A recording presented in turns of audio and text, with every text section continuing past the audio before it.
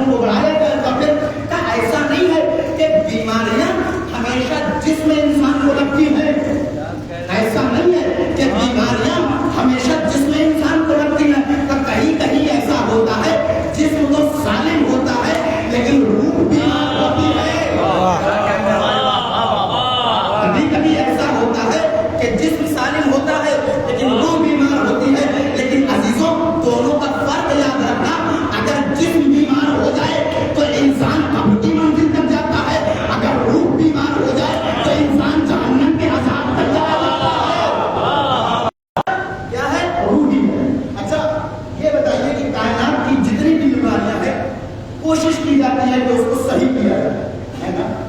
کائنات کی جتنی بھی بیماریاں ہیں صحیح اور کوشش یہ ہے کہ اس کو صحیح کیا جائے, چاہے وہ جسمی بیماری ہو چاہے روحی بیماری ہو. لیکن کمال یہ ہے کہ اگر آپ تعلیمات اسلامی کو پڑھیے, قرآن اور روایات کو پڑھیے, تو روایات اور قرآن اس بات کے اوپر بتاتے ہیں کہ کچھ بیماریاں ایسی ہیں جس کو صحیح نہیں کیا جا سکتا.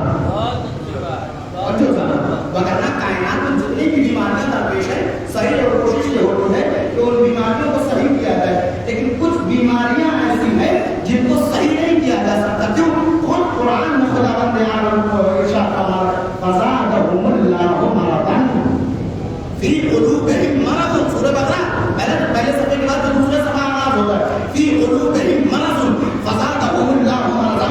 اللہ کائنات کے اندر سارے مرض جو بھی آئے ہیں صحیح اور کوشش اور تلاش اور محنت اس بات کا ہے کہ بیماریوں کو صحیح کیا جائے, بیماریوں کو ٹھیک کیا جائے. پھر ساری بیماریاں تو ٹھیک ہو سکتی ہے. یہاں پر جسمانی بیماریوں کی بات نہیں ہو رہی ہے, روحانی بیماریوں کی بات ہو رہی ہے. اللہ کہہ رہا ہے روحانی کچھ بیماریاں ایسی ہیں جن کو ٹھیک کیا جا سکتا ہے. یعنی حسد کو ٹھیک کیا جا سکتا ہے, حسد کو ٹھیک کیا جا سکتا ہے, کردار کی برائی کو ٹھیک کیا جا سکتا ہے. انسان کی شخصیت اگر خراب ہو گئی ہو تو ٹھیک کیا جا سکتا ہے. لیکن قرآن میں ایک بھی مرض ایسا ملتا ہے جس کو کبھی ٹھیک نہیں کیا جا سکتا. اللہ کہہ رہا ہے فی قلوبہم مرض فزادہم اللہ مرضا. یہ مرض ایسا ہے جو انسان کے دلوں میں ہے, ایسا ہے جو انسان کے دلوں میں ہے. تو پروردگار اگر مرض ہے تو اس کا علاج بھی ہو, اگر مرض ہے تو شفا کا ذریعہ بھی ہو, شفا بخشی بھی ہو. اللہ کہہ رہے نہیں, یہ کائنات کا اکیلا ایسا مرض ہے کہ جس کو خود خدا بھی ٹھیک نہیں کرتا اور بڑھاتا ہے. توجہ کر, یہ مرض کس چیز کا ہے, کیسا ہے, اس کے اوپر بھی آؤں گا. ایک مرض ایسا ہے, دل کا مرض ہے جس کو اللہ ٹھیک نہیں کرتا بلکہ اللہ بڑھاتا ہے. پھر کیا ہے, قرآن میں ارشاد ہوتا ہے فی قلوبہم مرض فزادہم اللہ مرضا. ایک مرض ایسا ہے جو انسان کے دل میں ہوتا ہے اور اللہ اس مرض کو ٹھیک نہیں کرتا بلکہ اس مرض کو بڑھاتا ہے. جب اس کے آگے کی آیات کو پڑھا گیا تو پتا چلا یہ مرض نہ تو حسد کا تھا, یہ مرض نہ تو بغض کا تھا, یہ مرض نہ تو کفر کا تھا, بلکہ تمام تر قرآنی آیات کے ترجمانی کے بعد پتا چلتا ہے وہ مرض جس کو اللہ ٹھیک نہیں کرتا بلکہ بڑھاتا ہے, وہ مرض کفر کا نہیں ہے بلکہ وہ مرض منافقت کا ہے.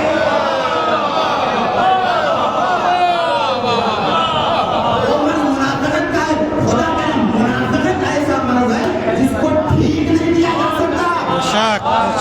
کیوں؟ مثال دے دوں, ابھی تو یہ لفظ کم سننے میں آتا ہے, یہ چلے گا, یہ لفظ بہت سننے میں آتا ہے. صاحب ہمیں کچھ سب دوائیاں دے رہے ہیں, ساری تھراپیز کروا ڈال رہے ہیں, لیکن یہ صحیح نہیں ہو رہا. تو پھر مرض کون سا ہے, تشخیص گری, مرض کون سا ہے, تشخیص گری کا یہ رپورٹ میں تو کچھ نہیں آ پائے گا, پھر دوائیاں کیوں نہیں اثر کر رہی, یہ صحیح نہیں ہو پائے گا. کیوں کہ اس لیے کہ اصل میں ان کو شک کا مرض ہو گیا ہے, اصل میں ان کو شک کا مرض ہو گیا ہے. شک کے مرض کا مطلب کیا ہوتا ہے, انسان اب اپنے آپ کو بیمار سمجھ رہا ہے, صحیح ہونے کی کوشش نہیں کر رہا ہے. انسان اپنے آپ کو بیمار سمجھ رہا ہے, صحیح ہونے کی کوشش کر رہا ہے. تب منافقت کا بھی یہی معاملہ ہے. منافق وہ ہے جو مومن ہو نہ ہو لیکن سمجھتا ضرور ہے. منافق وہ شخص ہے جو مومن ہو نہ ہو لیکن سمجھتا ضرور ہے. اگر آپ سورہ بقرہ کی آیت کی جو آگے کی آیت پڑھیے تو قرآن خود کہہ رہا ہے کہ ان لوگوں کے بارے میں بیان کر رہے ہیں, یہ وہی لوگ ہیں جو جب اپنے رسول کے پاس جاتے ہیں تو کیا کہتے ہیں کہ ہم اللہ پر ایمان لائے, ہم اللہ پر ایمان لائے. لیکن جب خلوت میں آتے ہیں تو کہتے ہیں شیطان ہم تو تیرے دوست ہیں, شیطان ہم تو تیرے دوست ہیں. اللہ صاف صاف کہہ رہا ہے ایک بار کفر تو ٹھیک ہو سکتا ایک بار کفر تو ٹھیک ہو سکتا ہے، منافقت ٹھیک نہیں ہو سکتی. اچھا منافق بڑی چھوٹی ہوئی چیز. یہ لفظ نفاق کہاں سے آیا؟ یہ لفظ نفاق کہاں سے آیا؟ اس کی لفظ منافق اور نفاق کی توضیح بھی سنتے جائیں. کہتے ہیں کہ چوہا، توجہ چاہتا ہوں، چوہا جو بلوں میں رہتا ہے، چوہا کہاں رہتا ہے؟ بلوں میں رہتا ہے. توجہ چاہتا ہوں، بڑی بڑی پیاری مناسبت ہے. یہ منافقت کس کو کہتے ہیں؟ یہ منافق کیا ہوتا ہے؟ کہتے ہیں چوہا بلوں میں رہتا ہے. چوہے کی خاصیت یہ ہے کہ وہ جب بھی بل بناتا ہے تو اس سے نکلنے کے دو راستے بناتا ہے. چوہا جب بھی دل بناتا ہے تو نکلنے کے دو راستے بناتا ہے. کا ایک راستہ وہ ہوتا ہے جو ہمیشہ وہ آنے جانے کے لیے استعمال کرتا ہے، ایک راستہ وہ ہوتا ہے جو بھاگنے کے لیے استعمال کرتا ہے. ایک راستہ وہ ہے جو بھاگنے کے لیے استعمال کرتا ہے. یہی جو دوسرا بھاگنے والا راستہ ہوتا ہے اسی کو عربی میں نفاق کہتے ہیں.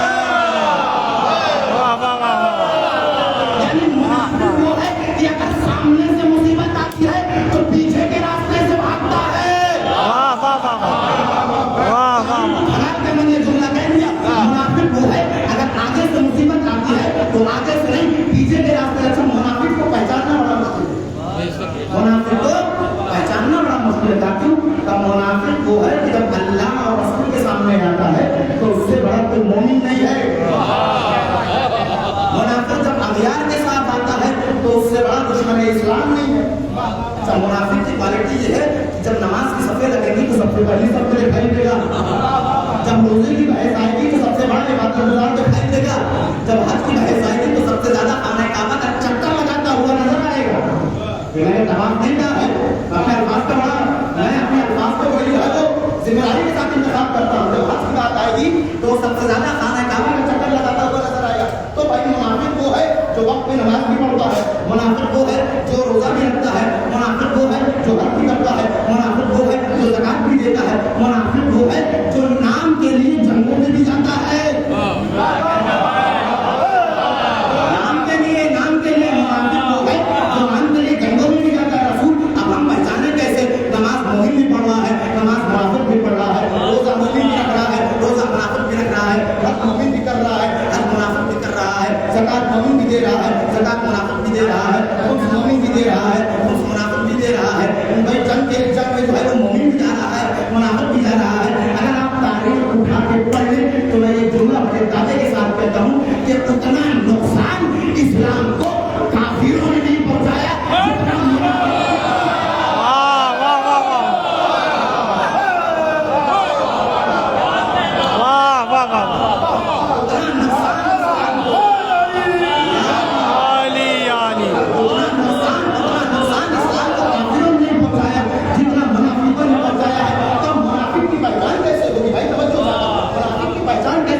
بڑا مشکل معاملہ ہے. نماز مومن بھی پڑھے، نماز منافق بھی پڑھے، روزہ مومن بھی رکھے، روزہ منافق بھی رکھے، حج مومن بھی کرے، حج منافق بھی رکھے، زکات مومن بھی دے، زکات منافق بھی دے. زکات کا حج جو ہے وہ مومن بھی کرے اور حج منافق بھی کرے. زکات مومن بھی دے، زکات منافق بھی دے، خمس مومن بھی دے، خمس منافق بھی دے. تو رسول کچھ تو ایسا بتائیے جو ایسی چیز ہو جو صرف مومن کے گلے سے اترے.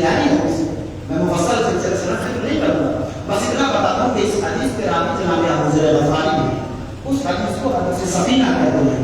رسول ارشاد فرماتے ہیں مثل ہوتا ہے بیتی کا مثل سفینۃ النوح من رکب نجا ومن تخلف عنها بلا وغرق. میرے اہل بیت کی مثال سفینہ نوح کی طرح ہے. میرے اہل بیت کی مثال سفینہ نوح کی طرح ہے. کیوں؟ من رکب نجا، جو چڑھے گا، جو سوار ہوگا وہ نجات پا جائے گا. ومن تخلف عنها بلا وغرق، جو اس سے مخالفت اختیار کرے گا وہ ڈوب جائے گا. رسول نے مثال دی کہ مثل اہل بیت کی، میرے اہل بیت کی مثال کس کی طرح؟ کشتی ہے جناب نوح کی طرح. تو مماثلت بھی تو ہونی چاہیے. رسول نے کہہ دیا تو مماثلت بھی ہونی چاہیے. ایک دو حصے کی مماثلت میں بتا کہ اس کو اپنی مکمل طور سے آباد سے ڈال دے گا کہ جناب نوح کی کشتی کی خاصیت یہ ہے کہ جب اللہ نے جناب نوح کو حکم دیا کشتی بنانے کا، بہت اس میں بہت سخت رہا تھا. کیا اللہ کہتا ہے کہ جناب نوح سے بس معید خود کا اس کشتی کو تم بناؤ. کیسے بناؤ؟ اس کشتی کو تم بناؤ کیسے؟ بے وقت جنا ہماری وحی کے سائے میں بناؤ. بس معید خود کا بے وقت جنا نوح اس کشتی کو بناؤ لیکن ہماری وحی کی نگرانی میں بناؤ. یعنی اللہ کہہ رہا نوح کشتی بناؤ گے تم لیکن بناؤ گے ویسے جیسے ہم کہیں گے.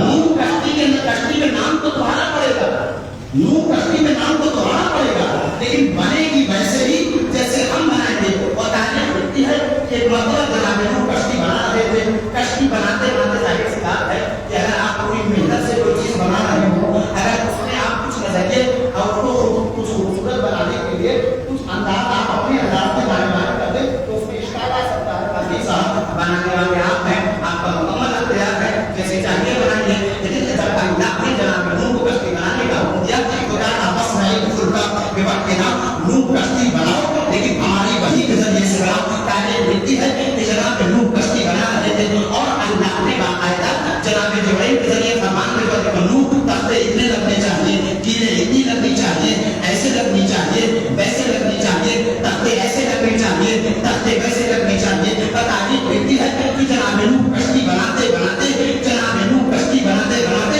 ایک مرتبہ جناب نوح کے دل میں یہ بات آئی کہ لاؤ میں اس کو ایسے نہیں ایسے بناؤں. بنایا نہیں. تاریخ لکھتی ہے کہ جناب نوح نے دل میں ارادہ کیا کہ لاؤ میں ایک تیر اپنے اعتبار سے اپنی جانب سے لگاؤں. جناب نوح نے ارادہ کیا لاؤ میں ایک تیر اپنی جانب سے لگاؤں، اپنی معیار سے لگاؤں، اپنے انداز سے لگاؤں. تاریخ لکھتی ہے کہ نوح کے دل میں اپنی جانب سے ارادہ تیر لگانے کا ہوا. فوراً فرشتہ وحی اترا اور اترنے کے بعد جبرائیل نے ہاتھوں کو تھام لیا. نوح اجازت نہیں ہے ایک تیر اپنی طرف سے لگاؤ. اجازت نہیں ہے ایک تیر اپنی طرف سے لگاؤ. رسول نے فرمایا میرے اہل بیت کشتی نوح کی طرح ہے. کشتی نوح کی طرح ہے. نتیجہ کے حوالے کشتی نوح وہ کشتی ہے جس میں اگر نوح بھی چاہے تو اپنی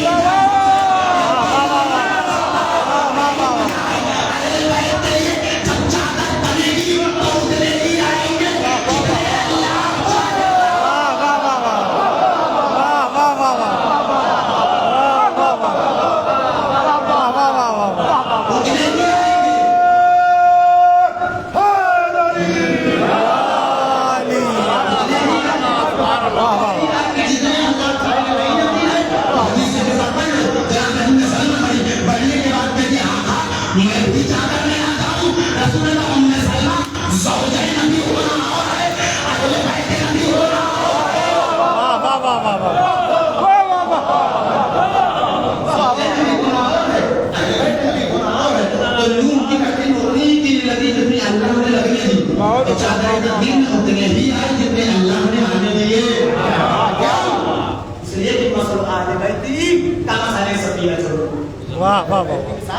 کشتی نوح کی طرح ہے. اچھا کل تک جو قصہ یہاں تک پہنچا تھا وہ جناب نوح کے بیٹے کے بعد پہنچا تک پہنچا تھا جب کہ جو ہے وہ پیان ڈوب گیا. اچھا پیان ڈوبا ہو جب ذرا اور یہ یہاں سے اثر ہمارے پیان جب ڈوبا ہے تو میں نے جملہ کر پڑھا جناب نوح بلک کے گئے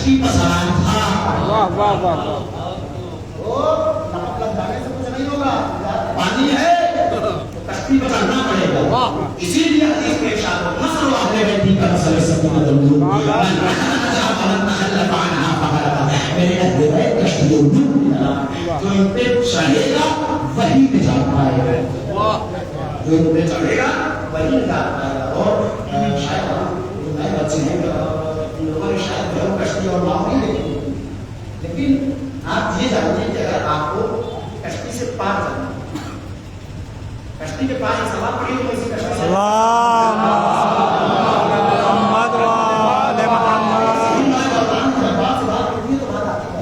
کہتے ہیں کہ جو ہے وہ ایک شخص دہلیہ قصہ ہے اصل دل یوسف کی مطابق نہیں کیا علامہ علیہ کا تذکرہ ایک دہلیہ تھا.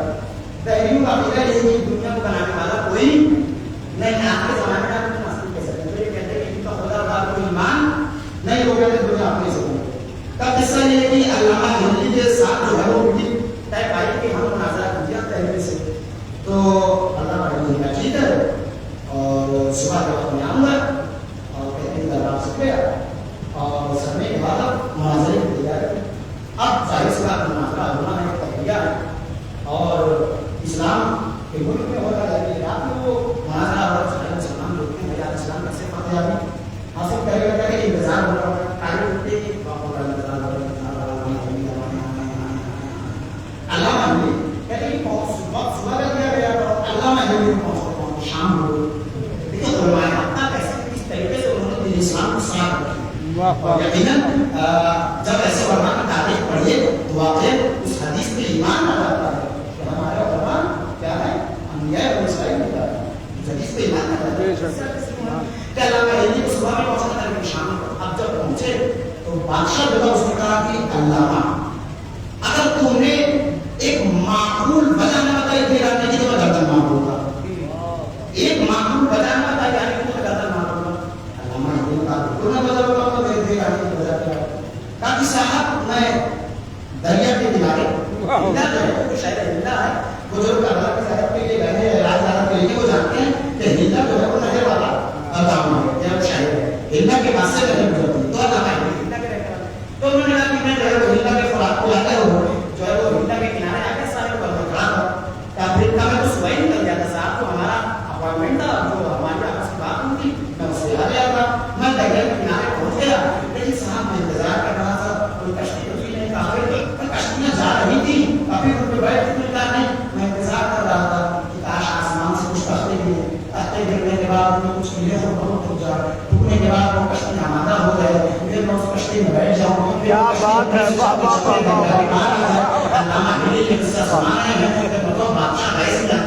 کس نے تم کو علامہ کہہ دیا کس نے تم کو علامہ کہہ دیا کس نے تم کو پڑھا لکھا کر دیا کیوں کس نے تم کو پڑھا لکھا کر علامہ کہا کیوں بے وقوف ہو اتنا تمہیں علم نہیں ہے اپنے سے تختے نہیں گرتے اپنے سے تیریں نہیں چھوٹتی اپنے سے کشتی نہیں کرتے کافی تختوں میں تیریں چھوٹنے والا چاہیے تختوں کو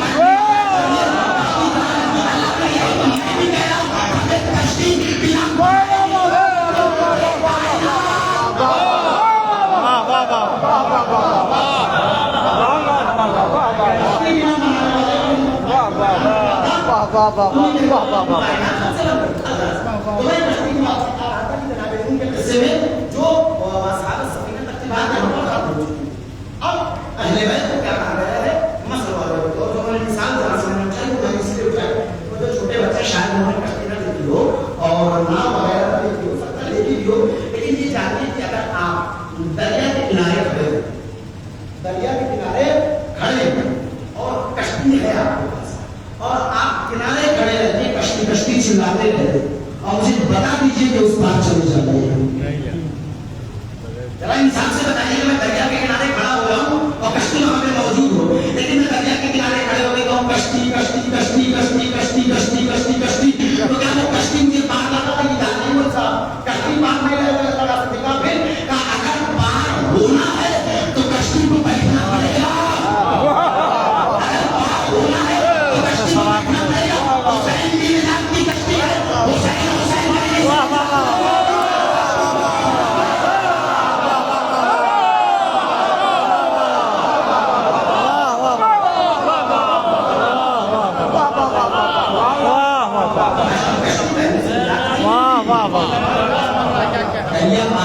اللہ بھائی، واہ واہ بیٹھنا پڑے گا. نجات پانا ہے تو حسین کی کشتی پہ بیٹھنا پڑے گا. حسین کرنے سے نجات نہیں ملتا. کیا حسین کشتی نجات ہے، کشتی میں بیٹھنا. اور وہ حدیث میں تو سے آتے ہیں کہا اس طرح کیا امام میں موضوع سے قریب آ گیا. موضوع میرا کیا ہے؟ حسین وارث نون کی کشتی نجات دیتی ہے اور حسین کی بھی کشتی نجات دیتی ہے. اور اہل بیت کی کشتی ایک آیت ہے جناب نور کے لیے، اہل بیت کے لیے حدیث رسول ہے اور امام حسین کے لیے جناب نور کی کشتی کا قصہ بیان کرتے ہیں. اس لیے کہ نور کا اہل بیت سے کوئی مقابلہ نہیں ہے. نور کا اہل بیت سے کوئی مقابلہ نہیں. نور نبی اللہ ہے، نور نبی اللہ ہے، لیکن جان لیجیے سردے میں پیدا ہونے والے اور ہیں جن کے سردے میں پیدا کیا جاتا ہے. جنہیں میں چلا جائے لیکن باپ باپ ہوگا. پیدا ہونے والا اور ہے، پیدا کرنے والا اور ہے. جس کے سردے میں خلق ہوں گے وہ اور ہے، جن کے سردے میں خلق ہو جائے وہ اور ہے. تو جناب اللہ علیہ وسلم میں وہ جو حدیث آپ کے سامنے لا رہا ہوں جن کا تقابل آپ کے ذہن میں آ سکتا ہے. ایک حدیث کی ہے کہ سارے کے سارے اہل بیت میں جاتی کشتی. ایک حدیث رسول کی کہ ان حسین مسپار ہوگا، حسین بھی جاتی کشتی. فرق یہ ہے کہ حسین بھی جاتی کشتی ہے. ایک حدیث یہ کہتی ہے کہ سارے اہل بیت میں جاتی کشتی. سوال بن رہا ہے کہ نہیں آپ کے ذہن میں؟ ایک حدیث کہہ رہی ہے کہ 14 کشتی ہے، ایک حدیث کہہ رہی ہے ایک کشتی. یا تو یہ ہے کہ یہ حدیث ٹکراؤ، یا تو یہ ہے کہ وہ حدیث ٹکراؤ، یا تو یہ ہے کہ دونوں حدیث کو جمع کرنے کا راستہ نکالو. اور ہم آپ اور رسول کو جمع کرنا ہمارے بس کی بات نہیں ہے. ہم اور رسول کو سمجھ پائیں بڑی بات ہے، جمع کرنا ہمارے بس کی بات نہیں ہے. کبھی کسی حدیث کے مناظرے کو لے کر ہمارے چھوٹے امام کے پاس پہنچے. چھوٹے امام کے پاس کتنے بڑا معیار ہے اس قصے کا. لوگ چھوٹے امام کے پاس پہنچے اور روشنی بات کی سرکار نے سنا رسول سے کہ ہے نجات کی کشتی ہے. آپ بھی رات میں جڑ رہے تھے کہ آپ بھی نجات کی کشتی ہیں اور آپ کے ادھر امام حسین بھی نجات کی کشتی. لیکن دونوں میں فرق ہے. اگر یہ دونوں نجات کی کشتی ایک جیسی ہے تو الگ الگ بتانے کا معاملہ کیا ہے؟ اگر الگ الگ بتایا ہے تو مطلب کچھ تو امتیاز کی طرح ہونا چاہیے. نظام علاقے میرے ساتھ کہ اگر یہ دونوں کشتی ایک جیسی ہیں تو الگ الگ کیوں بتایا گیا؟ اگر الگ الگ بتایا گیا تو مطلب کچھ تو ہے، تو فرق ہے. امام نے فرمایا بے شک ہم بھی نجات کی کشتی ہیں، میرے حسین بھی نجات کی کشتی ہے. کا پھر مولا فرق ہے. مولا نے کہا تمام اہل بیت نجات کی کشتی ہے لیکن حسین بھی نجات کی کشتی ہے. لیکن فرق اتنا یہ ہے کہ نجات ہم بھی دیتے ہیں، نجات حسین بھی دیتے ہیں. لیکن حسین کی کشتی کا امتیاز یہ ہے کہ اگر سب سے تیز نجات چاہیے تو حسین والی کشتی دے گی. نجات ہم بھی دیں گے، نجات میرے آقا میرے گھر کی بھی کشتی دے گی. لیکن فرق یہ ہے کہ حسین کی کشتی سب سے تیز نجات دینے والے آقا سمجھ میں نہیں آیا. ہم مولانے کا بہت دور جانے کی ضرورت نہیں ہے. ہماری کشتی نجات کا مقایسہ حسین کی کشتی نجات سے ایسے کرو. ہم سب کشتی نجات ہے، حسین کی بھی کشتی نجات کی کشتی ہے. لیکن سب سے تیز حسین کی کشتی نجات دیتے ہیں. آپ کو کیسے کہا کربلا میں دیکھ لو وہ رسول میں آیا.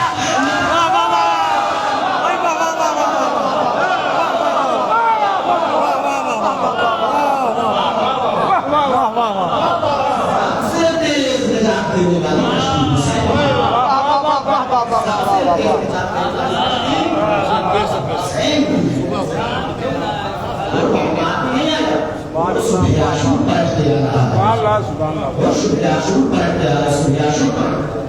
لیکن حسین کی کشتی سب سے تیز نجات کی کشتی ہے. اور پھر سے میں وہ موضوع کو اپنا آخر لے کر میں آگے بڑھوں. کیا کہا کہ السلام علیکم یا وارث نبی اللہ، سلام کو میرا اس حسین کے اوپر جو نور کی نبوت کا وارث ہے، یعنی نور کی نجات کا وارث ہے. اب جب ہم نے نور کی تاریخ کا مطالعہ کیا تو 950 سال میں ہونے کا بھی یقین، لیکن 80 سے زیادہ افراد کو بھی نہ ہوئے. پہلی نور ہے، نور میں 950 سال کا بھی یقین، نور میں 950 سال کا بھی یقین. 80 افراد سے زیادہ مومن نہ ہوئے. لیکن حسین نے ایک رات کی مہلت مانگی. صبح میں ہو بھی آ گیا، وہ کا بھائی بھی آ گیا، وہ کا بیٹا بھی آ گیا. حسین وارث تو ہے انبیاء کے، لیکن حسین کی وراثت میں امتیاز ہے. حسین کی وراثت پہ دوسرے انبیاء کی وراثت سے امتیاز نوح نے 950 سال تک کی 80 لاکھ سے زیادہ نبی نہ حسین نے ایک رات کی مہلت سو گھر بھی آ رہا ہے گھر کا بھائی بھی آ رہا ہے اور گھر کا بیٹا.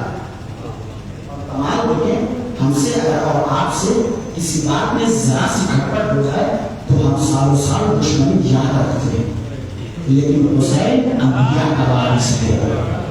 جتنا عفو اور درگزر تمام وجود انبیاء میں ہے اس سے کہیں زیادہ بخشش حسین کے وجود میں ہے.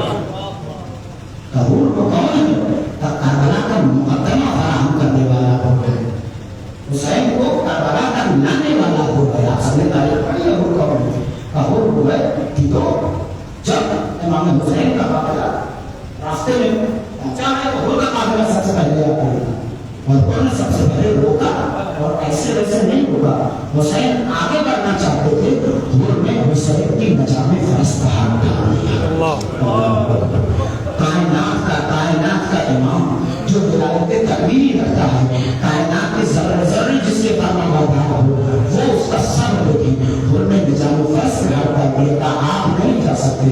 ایک مرتبہ مولا نے کہا تیری ماں تیرے ماتم میں بیٹھے, اب یہیں سے پتا لگتا ہے کہ ان کی نجات کا باعث کیا بنا.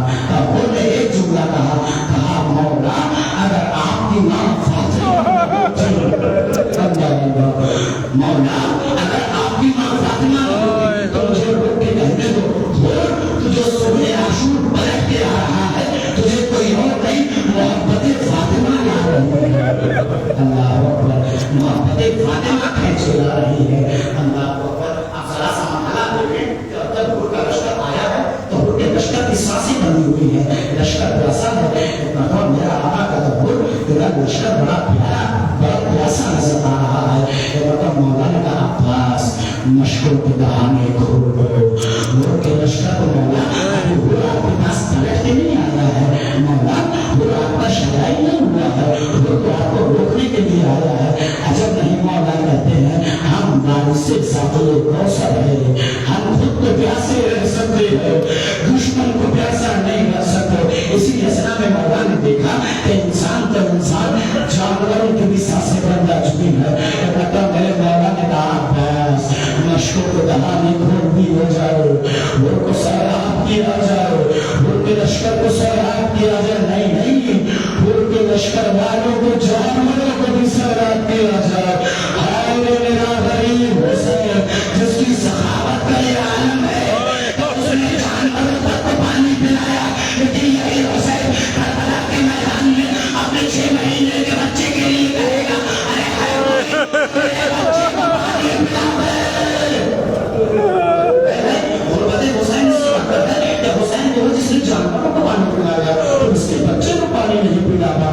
اللہ اللہ. اب حسین کے خیال لگ گئے, وہ وقت بھی آیا کہ حسین کے خیال اٹھائے جانے لگے. عزیز و دل گزرتا گیا, شب عاشور آ گئی. اب جب صبح عاشور کا منظر دیکھا تو کیا دیکھا, وہ ہے جو بڑی بےتابی کے ساتھ خیمے میں چل رہا ہے. ایک مرتبہ کسی نے پوچھا اتنا بے چین کیوں ہے, کچھ مقتل بھائی کا نام لکھا ہے, کچھ مقتل بیٹے کا نام لکھا ہے. وہ ڈاکٹر کو ہاتھ تھام کر خیال حسینی کے قریب آیا. السلام اور سسلام, کچھ آوازیں آ رہی ہیں. وہ کہتا ہاں کچھ چھوٹے چھوٹے بچے ہیں جو کہتے ہیں اللہ تاش اللہ تاش, ہائے پیاس ہائے پیاس. بولنے کا ان آوازوں کا ذمہ دار اب میں ضرورت میں نہیں رہ سکتا, مجھے اجالے میں جانا ہے. اب تاریخ لکھتی ہے کہ وہ جو ہے معبود بن کر چلا, وہ جب چلنے لگا انہوں نے اپنے ہاتھوں کو بنوایا, آنکھوں پہ پٹیاں باندھی. باندھنے کے بعد وہ نے کہا دیکھو جیسے حسین میرے قریب پہنچے تو مجھے آواز دینا, میں اپنے آپ کو حسین کے قدموں میں لیا ہوگا. مقتل اٹھا کے مطلب مولا نے دیکھا کہ کوئی آ رہا ہے, پتا باسی رہا کوئی یزید کی فوج کی جانب سے آ رہا ہے. مولا نے کہا ہاں ذرا دیکھو کون ہے. جناب عباس کے آقا ہو لگ رہا ہے لیکن چہرے پر ندامت ہے. مولا نے کہا تم بھی استقبال کے لیے جاؤ, عباس تم بھی استقبال کے لیے جاؤ.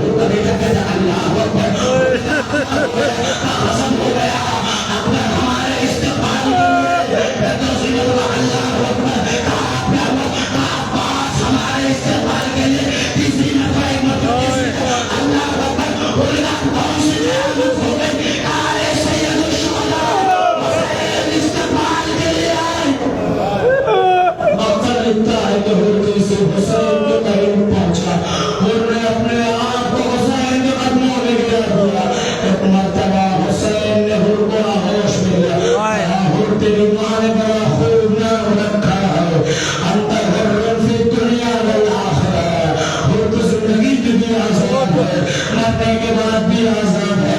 یہاں تک تو مولا نے خوش آمد کہا، لیکن اب اسی خوش آمد کے بعد مولا نے ایک مسائل کا جملہ کہا وہ تو نہیں جانتا آج حسین کتنا بد نصیب ہے. کہا مولا وہ کیوں؟ کیسے کہ جب کسی کے اپنے مہمان آتا ہے انسان سے وہ حسین کتنا مشہور ہے. جب تو دشمن بن کے آیا تھا میں نے تیری فوج کو پانی پلایا، تیرے جانوروں کو پانی پلایا، لیکن وہ حسین کو معاف کرنا آج تو دوست حسین نے چلنا پانی نہیں پلا سکتا. اللہ اللہ بنا نے مسائل کو حق دیا. اب شہادتوں کا سلسلہ شروع ہو گیا. انہوں نے کہا میں آپ کا سب سے بڑا گناہگار ہوں، مجھے اجازت دیجیے کہ میں سب سے پہلے دفتر میں جاؤں شہادت پیش کروں. لیکن انہوں نے کہا ذرا آقا ایک لحظے اور ٹھہریے، مجھے سوچنے کا موقع دیجیے. وہ کہتے ہیں آقا نہیں میں چاہتا ہوں مجھ سے پہلے میرا جوان نہ جائے. کہا وہ کیوں؟ اس لیے کہ کہیں ایسا نہ ہو باپ کی شہادت دیکھ کے بیٹا بدل جائے، بیٹے کے قدم نہ کھا جائے. مولا نے کہا بہتر ہے مقدر ہو کا بیٹا رہا بنائے صاحب ختم گئے ہو کا بیٹا رہا. ایک شجاع نہ جلدی جل کرنے کے بعد جب ہو کا بیٹا گھوڑے سے زمین پر گیا ہو کے بیٹے نے آواز لگائی یا بتا میرے بابا میری مدد کروائیے. مقتل کہ ہو کے بیٹے نے جب ان کے بیٹے کیا جیسے اور مسلم وہ تیزی کے ساتھ دوڑا، لیکن جب وہ پہنچا تو کیا دیکھا مجھ سے پہلے حسین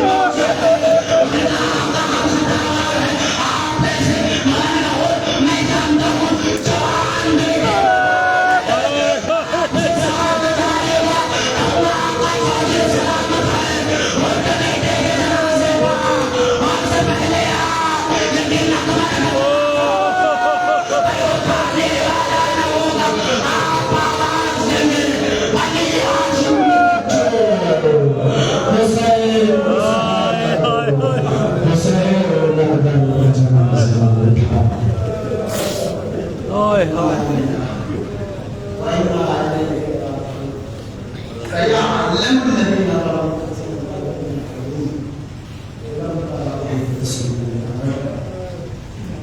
اللهم عجل في فرج مولانا صاحب الزمان، اللهم بارك هذا الامر لمولانا صاحب الزمان، اللهم عجل في فرجه وصاحب مخرجه. الهي بحقها عبادها وابعدها وبنيها وسر المستودع فيها ربنا امام يوسف خصص جزاء قبول ربنا جو شيء اهل الجمال والجمال والزلال بحفاظت الله امين. بسم الله آزادی میں شرکت اور آزادی کو قبول فرما. اور امین ہے ہمارے آزادی میں شریک کے لازمی ہے اور ان کو جان اور معصوم کو جمع فرما. جو بھی پریشان حال ہے پریشانی کو دور فرما. اور جو بھی بیمار ہے جو دوا لینے بیمار ہے ان کو شفا تام عاجلہ فرما. ظلم اور ظالم کا ایسا شکر ہو رہے ہیں اور امریکہ اسرائیل اور ظالم کا اس محفوظ فرما. شیران جہاں جمہوری اسلامی ایران کی محافظت فرما. اللہ سب سے بڑا دعائی ہے ہمارے مولا منتخب خون حسین مع زمان بظهور العظیم فرما. ہمیں اپنے اعمال و انصار میں شمار فرما. ربنا تقبل منا انك انت السميع العليم. السلام شیخ رسول اللہ اور تین رسول اخلاص کی تلاوت فرما کر مرحوم مسجد زرخا و والدین مسجد زرخا مرحوم مجدد مسجد زرخا مرحوم کو ساتھ